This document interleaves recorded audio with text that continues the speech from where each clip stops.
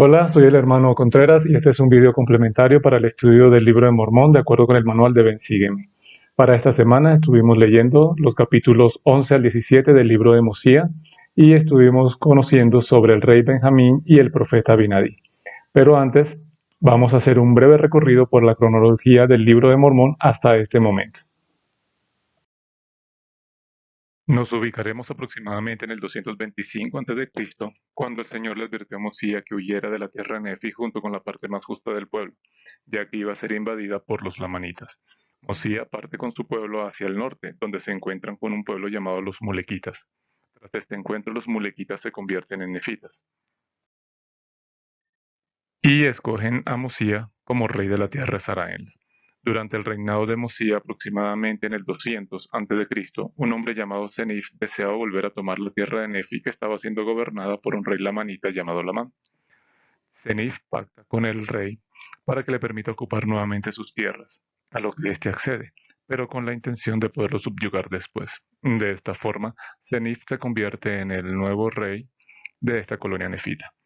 El rey Lamán muere sin poder someter al pueblo de Senif. El hijo de Lamán asume el reinado y va a continuar con ese mismo propósito. Senif también muere después de haber reinado por 40 años y su hijo Noé ocupa ahora el puesto. Mientras tanto, en la tierra Saraenla, Benjamín se convierte en el rey de los nefitas. La primera descripción que hacen del rey Noé en el capítulo 11 del libro de Mosías me parece que es la clave para poder comprender todo lo que va a ocurrir más adelante. Y no anduvo por la senda de su padre, pues he aquí no guardó los mandamientos de Dios, sino que anduvo en pos de los deseos de su propio corazón. Esta declaración me parece una pena, porque Senif había logrado mantener la libertad de su pueblo. Así que conviene recordar algunas de las características de Senif para poder comprender qué tanto se alejó Noé. Lo primero es que era instruido en el idioma de los nefitas y conocedor de la tierra de Nefi. Y no se refiere a que sabía dónde era que quedaba la tierra de Nefi, porque sabemos que se perdieron en el camino cuando salieron a buscarla, sino que seguramente había leído en los anales de cómo Nefi había establecido, según los preceptos que se mencionan en el segundo Nefi capítulo 5, donde se nos dice que se afanaron por cumplir los juicios y estatutos y mandamientos según la ley de Moisés, por lo que Senif consagró sacerdotes para que su pueblo pudiera obedecer esta ley.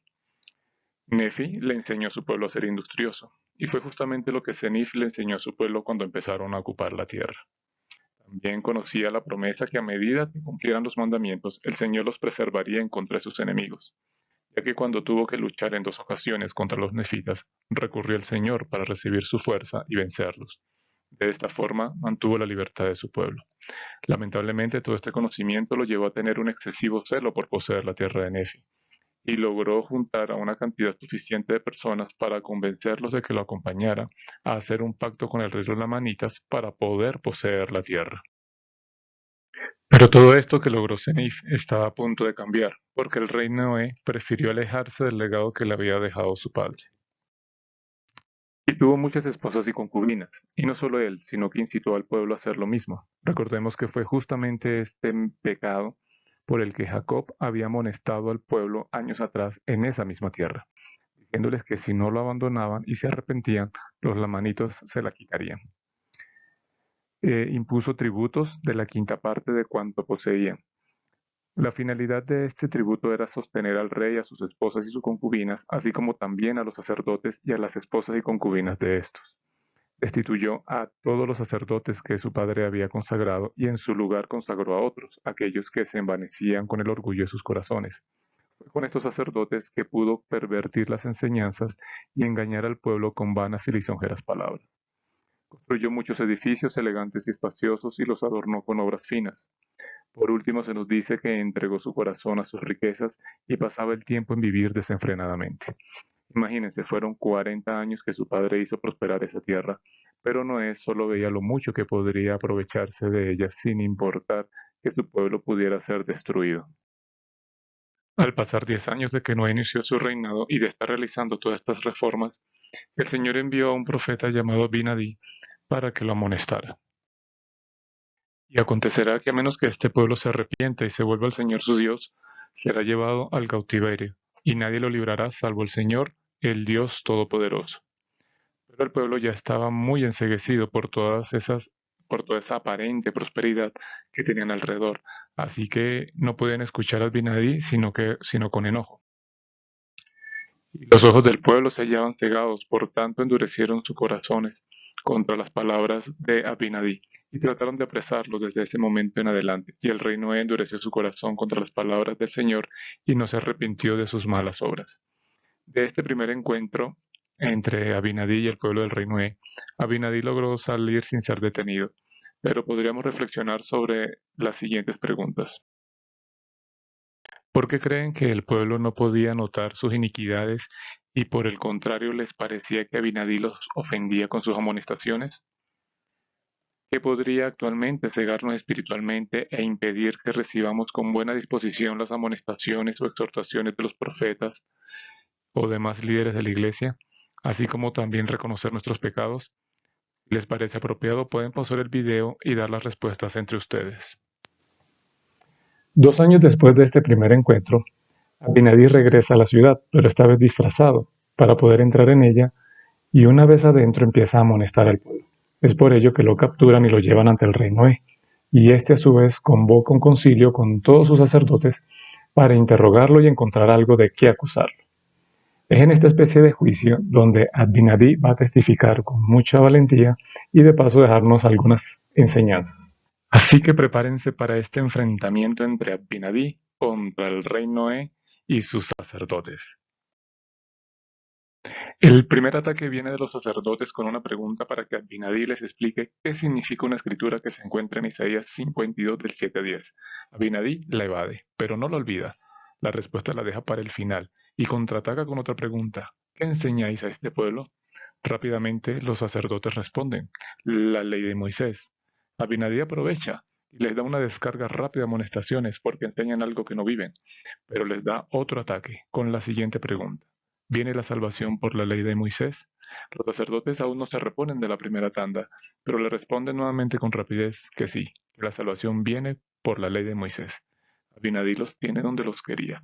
Les da un combo con los 10 mandamientos. Los sacerdotes no pueden solos. Le piden a los guardias ayuda para que callen a Abinadí, pero Abinadí es protegido por Dios y nadie puede tocarlo. Así que se prepara para acertar el siguiente golpe más fuerte en todo este encuentro, cuando les dice: y además os digo que la salvación no viene solo por la ley, y si no fuera por la expiación que Dios mismo efectuará por los pecados e iniquidades de los de su pueblo, estos inevitablemente perecerían, a pesar de la ley de Moisés. Y es aquí donde llegamos al tema central de este encuentro, porque esta era la enseñanza que los sacerdotes del rey Noé habían pervertido. Les habían hecho creer al pueblo que sus culpas serían justificadas con solo ofrecer sus sacrificios y holocaustos, pero no les enseñaban a cumplir los mandamientos del Señor. Estaban realizando las prácticas y ordenanzas de la ley alejados de su verdadero significado. Recordemos que los sacrificios de sangre contaban con 3 actores importantes. El sacerdote, que fungía como mediador autorizado, lo que les obligaba a seguir una serie de pautas para oficiar con dignidad. El oferente, que era el pecador arrepentido que voluntariamente buscaba reconciliarse con Dios. Y la ofrenda, que representaba el pago que se debía hacer para satisfacer las exigencias de la justicia por el pecado cometido. El oferente cargaba su ofrenda y la traía ante el sacerdote. Luego imponía sus manos sobre el animal y confesaba sus pecados. De esta manera el oferente transfería su propia identidad al animal. Luego lo degollaba. De este modo la muerte del animal implicaba simbólicamente que el hombre era muerto como consecuencia del pecado, dando la oportunidad de renacer espiritualmente. La sangre era recogida por el sacerdote, quien la derramaba en los pies del altar. El propósito del derramamiento de la sangre era efectuar la expiación, que significa cubrir. De ahí que al salpicar, derramar o volcar la sangre, se cubrían los pecados de los hombres y así se producía la expiación. El resto del animal era quemado completamente en el altar del holocausto o en las afueras del campamento, dependiendo del tipo de ofrenda. Por último, el sumo sacerdote rociaba un poco de sangre en los cuernos del altar del incienso delante del lugar santísimo. De esta forma el pecador era reconciliado con Dios y se completaba la expiación. Como podemos ver, los sacrificios tenían gran cantidad de simbolismos que se relacionan con la expiación de Jesucristo, por lo que practicarla sin la comprensión de dicho significado no tenía ningún sentido, como les dijo Abinadí a los sacerdotes del rey Noé. Mas he aquí os digo que todas estas cosas eran símbolos de cosas futuras. ¿Y bien, entendieron la ley? Os digo que no. No todos entendieron la ley, y esto a causa de la dureza de sus corazones, pues no entendían que ningún hombre podía ser salvo sino por medio de la redención de Dios. Y esto era lo que no comprendían, que la sangre de machos cabríos y de becerros eran suficiente para cubrir el pecado temporalmente, pero solo con un sacrificio perfecto se podría obtener la redención eterna. Jesucristo es el sacrificio perfecto. Él es al mismo tiempo el oferente, la ofrenda y el sacerdote. Como oferente, Cristo se presentó voluntariamente ante Dios y tomó el cuerpo preparado para Él a fin de poder reconciliarnos con Dios. Una vez hecho hombre, lo vemos someterse a la ley cumpliendo con toda justicia. Como ofrenda, su cuerpo es la ofrenda que voluntariamente entregó. Se ubica como nuestro sustituto a fin de que nosotros podamos cumplir con toda justicia. Asimismo es víctima inocente quien llevó sobre sí el pecado y murió a causa de éste. Como sacerdote era puro y digno de oficiar delante de Dios, debido a que llevó una vida ejemplar y sus pensamientos eran puros. Tomó la sangre y entró una vez y para siempre en el lugar santísimo y obtuvo eterna redención. También lo reconocemos en su calidad de mediador, mensajero de Dios e intercesor ante Él mismo y su pueblo. Su sacrificio infinito y eterno es un acto de amor que lo llevó a cabo a un alto costo. Porque aquí, yo, Dios, he padecido estas cosas por todos, para que no padezcan si se arrepienten. Padecimiento que hizo que yo, Dios, el mayor de todos, templara a causa del dolor y sangrara por cada poro, y padeciera tanto en el cuerpo como en el espíritu. Y deseara no tener que beber la amarga copa y desmayar. Sin embargo, gloria sea al Padre. Bebí y acabé mis preparativos para con los hijos de los hombres. Todo este sufrimiento que padeció Jesucristo era necesario para que sus entrañas se llenaran de misericordia y de esa manera poder interceder por nosotros, asimismo socorrernos en nuestras debilidades. Abinadí les dijo a los sacerdotes del rey Noé que una vez que Jesucristo realizara este sacrificio, él volvería para rescatar a su posteridad. Y les preguntó, ¿y quiénes serían su posteridad? La respuesta es, cada uno de nosotros que ha aceptado este nuevo pacto. ¿Y cómo se acepta este nuevo pacto? Pues por medio del bautismo, haciendo convenios por medio del bautismo y participando de los emblemas de su sacrificio como lo es la Santa Cena. Ya no se requiere que sacrifiquemos ningún tipo animal. Lo que se nos pide es que ofrezcamos un corazón quebrantado y un espíritu contrito y que obedezcamos los mandamientos. Solo así podremos ser reclamados por la misericordia y ser santificados por el Espíritu que nos va a preparar para morar nuevamente en la presencia de Dios en el reino celestial. Abinadí selló su testimonio con su muerte, pero lo que más me sorprende es el amor que él manifestaba por el sacrificio que iba a realizar el Salvador. Y eso fue lo que lo llenó de valor para defender la verdad sin importar el resultado. Y es aquí donde quiero hacerles una pregunta y que ustedes podrían responder en sus hogares. ¿Qué puedo hacer para que la expiación de Jesucristo tenga mayor poder e influencia en mi propia vida?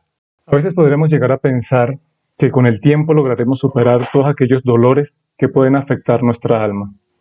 Pero lo cierto es que hasta que no experimentemos el amor de Cristo, de su misericordia y del poder purificador de su expiación, no nos sentiremos libres de verdad. Sé que Jesucristo es mi Salvador y Redentor, y lo comparto en su nombre. Amén. Hasta la próxima.